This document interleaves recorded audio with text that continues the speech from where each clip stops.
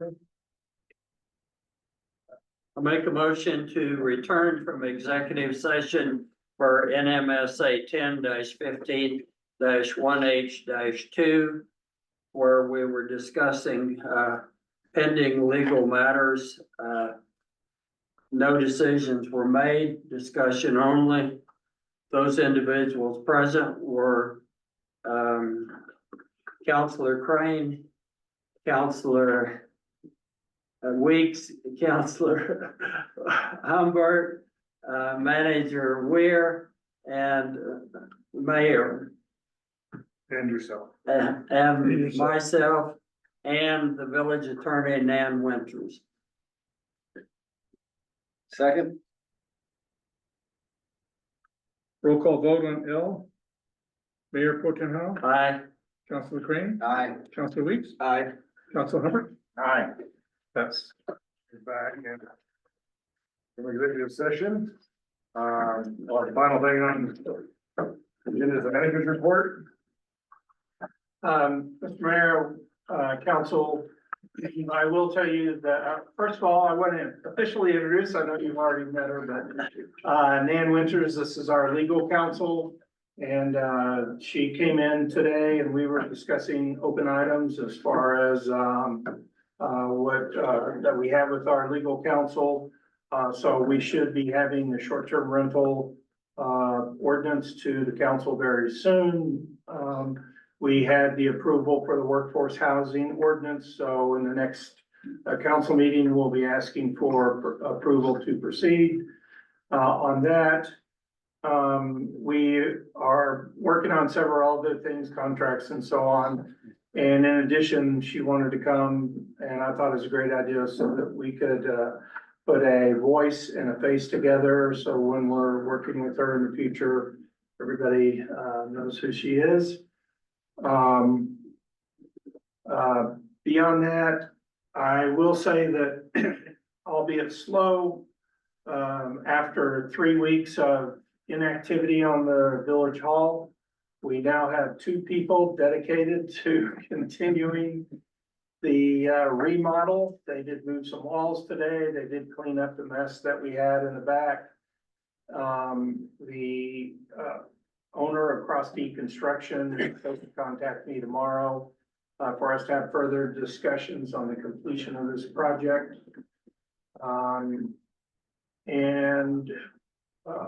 So we did have the Liberty Square. I know people call it Plaza del Sol. We've done the legal research. It's technically called Liberty Square. We had that survey. That survey was actually completed this morning. Well, the actual survey work was done. There's still some work to be done on the topographs and those things. And that's very exciting because we do have plans to start an event center back there, hopefully next summer. I will tell you what we want to do in the interim, because as y'all saw, what was presented earlier today, we have 10 events that the village is now sponsoring to put heads in beds. And we are actually taking over Cool Summer Nights, and we're going to move the venue off of Frontier Square, and we're going to move it to Liberty Plaza. And we're now in talks with the resort so that we could have a lease agreement for lot 1. What I'm trying to negotiate with them is basically we'll fix lot 1 up and put some dirt on it, and they'll lease it to us for $1. And that's important because if we're going to start having these events, we need better parking. The biggest negative aspect of Frontier Square is the parking. So we want lot 1 for parking. We are going to buy with lodgers tax dollars a large tent that we're going to put up. We're actually going to, in next spring, have some sodding done. So we'll have a tent, we'll have sodding around the tent. We will have a stage for concerts and other events.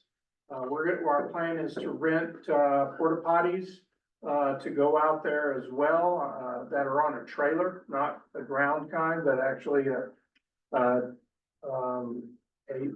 unit for porta potties. And we're gonna start having events out in Liberty Square. And we're hoping that probably, maybe mid to late summer, we'll actually start construction.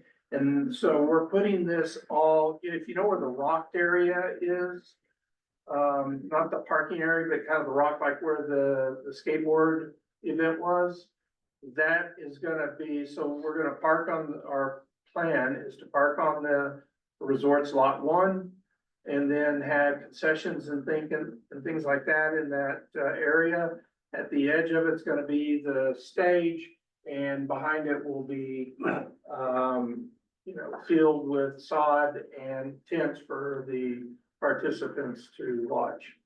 It'll also require fencing, since we do intend to serve alcohol at these events. So that is something that we're working very hard to accomplish for this upcoming year. Our goal, I keep telling people, my vision anyhow, is if you know Kit Carson Park in Taos, if you've ever been to a concert there, I'd like to create that same type of venue here in Angel Fire. And I think we can do that, maybe even a little bigger, because we have a little more room. Kit Carson Park's kind of built around. So it's limited in its growth.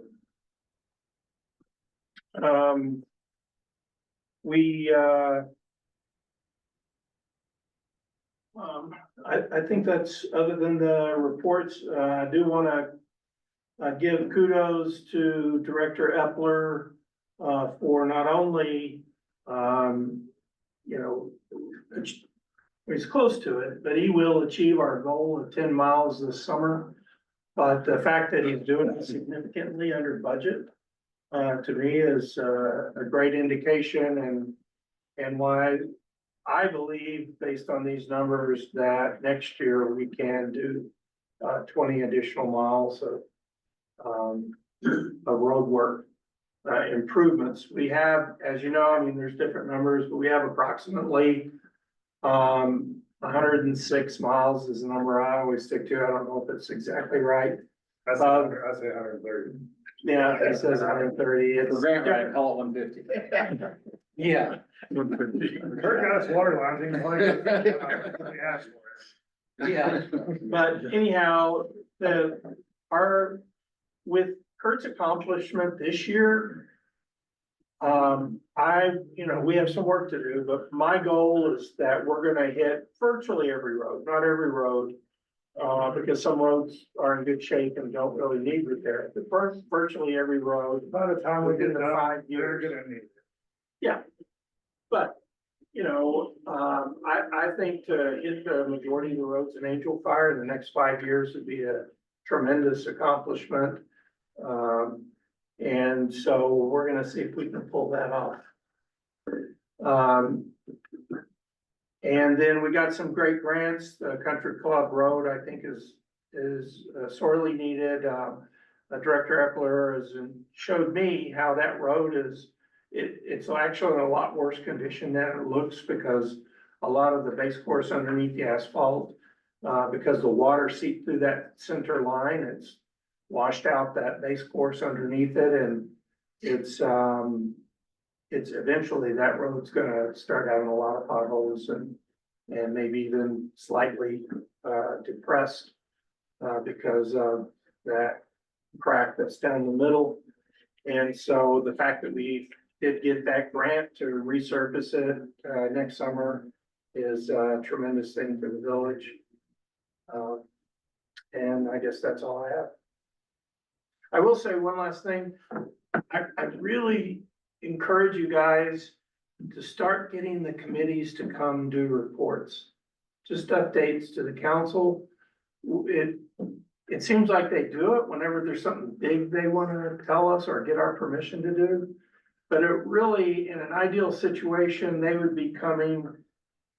And as the liaisons, if your members of the committees can't make it because they have lives, I would ask the liaisons to give it, and it's not really for us. I think we all know what's going on in the committees. It's really for the public. Because I don't think the public fully understands all the work we're doing in our committees. It's tremendous work. I mean, there is a lot being done in our committees. So I would just push the liaisons to promote coming to council, each committee at least once a month, and just giving the council an update. The other thing is I did send out an email to everybody with the for the request, requesting that each of the committees put together like a charter, like the Trails Committee did. I thought what the Trails Committee did was really good. And I shared that template with everybody, so if you could try and get your committees to do that, and present it to council, I think it's a good practice for us to start doing going forward with all of our committees. Now I'm done. Really quick. It is.